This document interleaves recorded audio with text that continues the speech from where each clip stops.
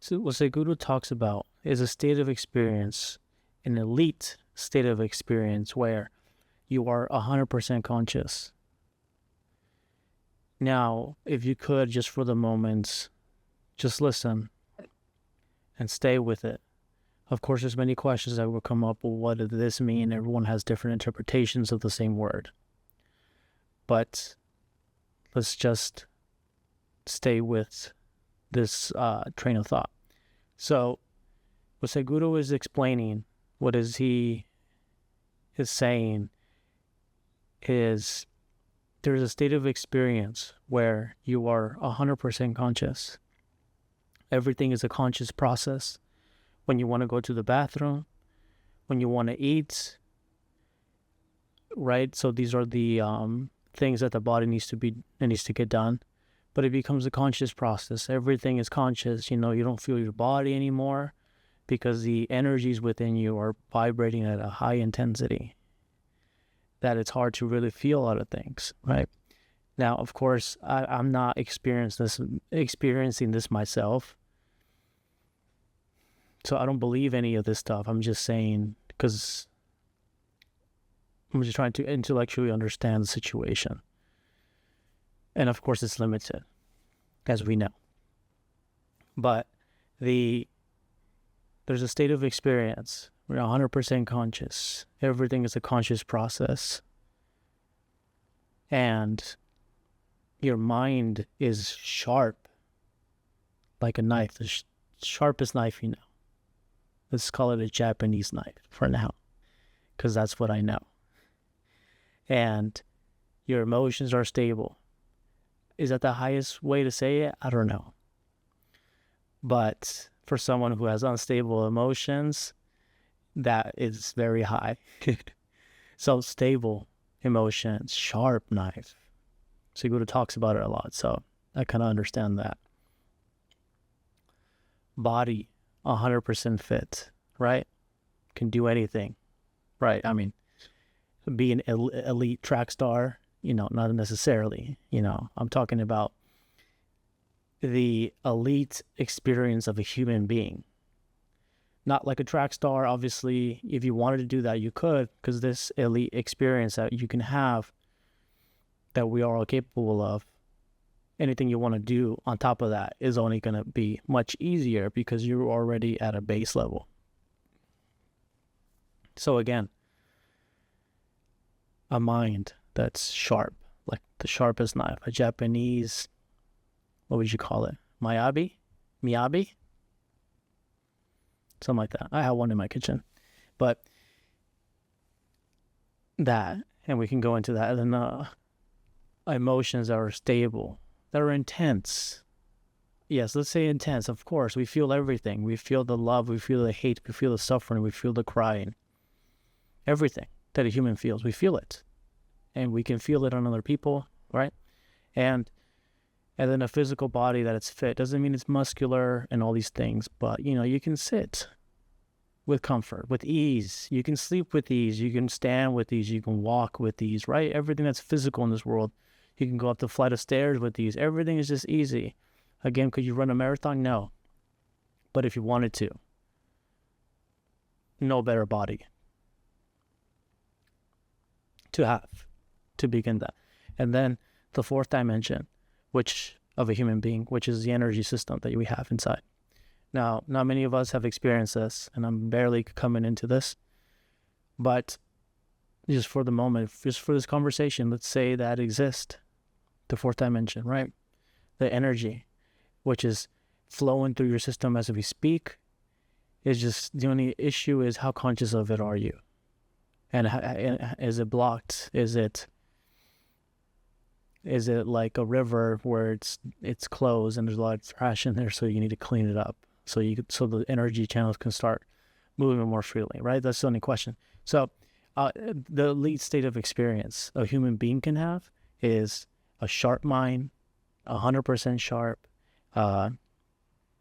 intense emotions,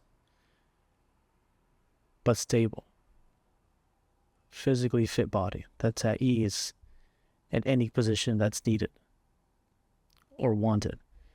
and an energy system that is just intensely flowing through your body. Intensely. So these 4 dimensions of life, the energy system, the physical system, the emotional system, and the did I say the mental system? The mental system. These 4. What does it look like where they're all operating at let's not talk about enlightened people like Buddha, like these people. Right. Let's just say, what does a person like you and I look like in that experience? Those 4 dimensions are what we have as a human being at the highest level, right? The sharpest knife, aka the mind. The highest pitch of energy in the energy system.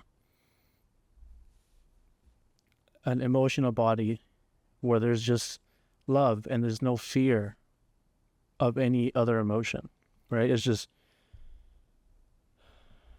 stable emotions, and a physical body that's at ease no matter what the situation is, right? So what does it look like? It looks like and then a conscious being who is feeling the energies intensely and uses the mind when it needs to.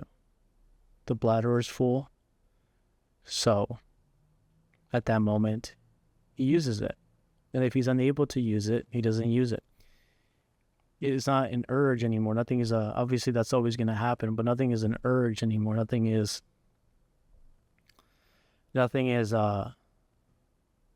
right? Like anxiety and like those feelings of like, oh, I need to do this or else it's gone. And then when he has a desire, when he has a desire to complete something in this life, right? He wants to do something in this life. Then he uses the mind. He uses a mind that is a knife, right? So as a knife is used, you cut stuff with it, right? I wanna get this job, for example. Okay, that's my goal. Okay, so you use your knife, you use your mind to understand exactly the steps that are needed to complete that goal. And you use your mind to identify exactly what is the goal you want from this job. Is it just to get it, or is it, right, X? And the knife is only used to cut things. That's it. And when you're cutting it, as someone who had a food truck before, when you cut so much meat, as you're cutting so much meat that you're prepping, right? The knife, let's say it's 100% sharp when you use it. Over some time, after many uses, you need to clean it, even though you're not done using it, because you need to wipe it down, because or else all the gunk that you're getting from the meat is getting stuck in the knife. So as you keep, even though it's 100% sharp, it's gonna lose its dullness real fast. Same thing with that objective to get that job that we're talking about. Okay, if you're getting stuck on the steps, you're getting so identified on these steps, so attached to these steps in some way, where you induce suffering or resistance or some type of, thing like that, you need to clean it off. Essentially, like, okay, I need to, for example, you want to be a loan officer. You need to get the NMLS and then pass like the safe exam, for example. But if you get so stuck on that first step, it's like, oh, I got to do this, I got to learn this, I got to do that, you can still reach your goal, but you're getting there so inefficiently, right? You're using your mind to get there, and you need to pass these exams so you can first apply to a job. So you identify the steps, but in the steps you're getting so attached and so identified with the steps, but you're using your mind to cut through it so you can, get to the goal. But instead of cutting through it and then doing, right, so you cut through it. So you're cutting through the step. So you're doing the application for you're studying for the exam, for the safe exam, so you can pass and you could be a licensed, whatever, loan originator. I have a little bit of research on this, so, right? So So you get there. If there's any senior loan officers out there, my bad if I'm saying it wrong, but so you identify the step. You need to do the exam so you can get your license, so you can apply. Okay, so if in that coursework, you're just doing the coursework because that's part of the journey. It's like, oh, what I gotta learn? Oh, boy, I only learn when I hear, so I gotta, so you start doing all these, you start getting identified with the process instead of just doing it, right? Instead of just using the knife again. Okay, so I had to do 20 hours of coursework. Okay, great. I identify that. Use the knife again. Now put it away. Clean it off. Instead of saying, oh, whatever. You just keep using it. Keep using it. Okay, so I learn best like this. These are my times. Okay, great. These are the schedule I'm going to do. Right, you're using the knife. Right, you're using the knife. And then when you don't need it, when you've already identified it, whatever you need to do, you put the knife away. And then when you're using it, you keep cleaning it and cleaning it, right? And then sharpening it as well. Sharpening your mind. You use it to sharpen, etc. I don't know about that. Because how do you sharpen the mind? Is it by using it?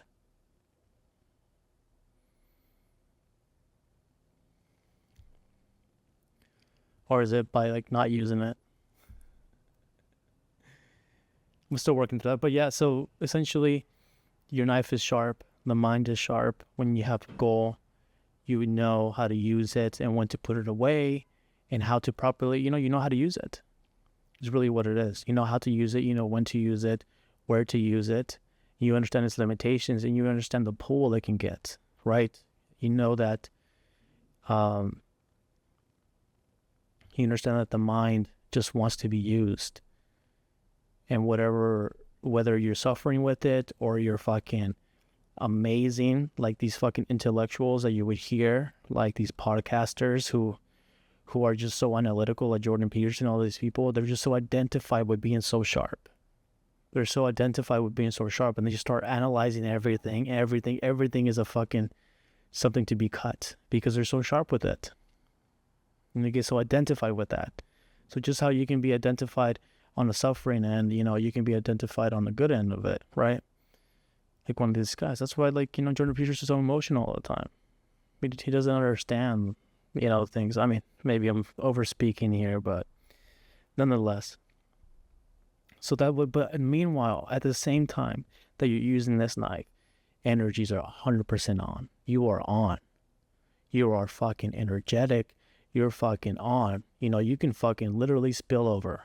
And you can just spill over, lay over, and just be fucking intoxicated with that. Right? But you're not. I think this is the basic level of a human being. Now, right here, I'm not talking about an enlightened being. I'm sure there's more levels to this because, you can be feeling these energies in here. You can use the knife, etc. Like the mind, very sharp, understanding all these things. But I'm sure there's another level because, they talk about how you can move your energy throughout your system where it's needed. I don't know if I'm talking about that because I feel like that's another level of people you can lead the body, etc. No, I'm just talking about like a fucking human being who understands he has 4 systems that govern his reality here. 4 systems that govern his reality here, which is what? The energy system, the fundamental, which is the energy system, which is, I know it's compared to as the source of life, right? The creation itself. It's definitely more closer to who we are than the mind. The mind is like a suit, right? The body is like a suit. It's a suit that the energies are using to experience itself. So that's what, to me, the state of experience that I am I guess working towards. Right, so I'm working towards that, where I'm just 100% if it's a conscious thing, I'm not getting attached to things or identified with things, I gotta do this now, even though, because Because when I used to have my food truck in Las Vegas, I was doing Mexican food. And I just always kept daydreaming about having an actual restaurant, but not wanting to do my fucking accounting, my financials. You know what I mean? I was fucking in the clouds, getting so attached to that feeling and then suffering the moment. Because to get that, I mean, that's cool to think about it. It's like, okay, I want to do that. Okay, but to get there, you need to be present. Everything needs to be done in the present. It gives me some motivation, gives me some willingness, but it's not what's needed. What's needed is the moment. The actual journey itself needs to be done, in the moment. I need to be doing my financials and all these things, right? And I was just suffering the whole thing. And towards the end of it, I really picked it up, though. I left it in a good position, but then I still sold it and let it go because of many other reasons. But yeah, so like there's a state of experience where you are just fucking full of energy. And the mind is at ease. It's at rest. It's there. You can use it or not, but you're not going to identify with it. I don't know how the emotions have a role here because if the mind is at ease, how are the emotions? Because, you're hearing things, you're listening things, or you're conscious, right? Things are happening. So you're feeling the full energy of life, right? You're feeling it. It's your energy channels are flowing, right? And then you're conscious, you're aware, you're responding to life. Everything's responding to you. You're responding to life. And then the mind's at ease. Where are the emotions here? Okay, the mind's at ease. I said the mind's at ease the whole time, and you go out to the street and you're walking, and then you see, right, something that we would associate loving with, right? You see a mom with her 2 children, for example, and then they're just like, having a blast together, and like, right, you feel that. Would you feel that emotion at that moment? Is that something that you would feel? And if so, then it just becomes, for example, if they're ready and in love or fear, right? There's only 2 things that a human being can do emotionally wise, right? Because everything falls under those 2 domains, right? Because fear is because anxiety, stress, all these things are under the fear domain, and love is under the right, everything else. So would I feel that if they're angry, could I feel that emotion?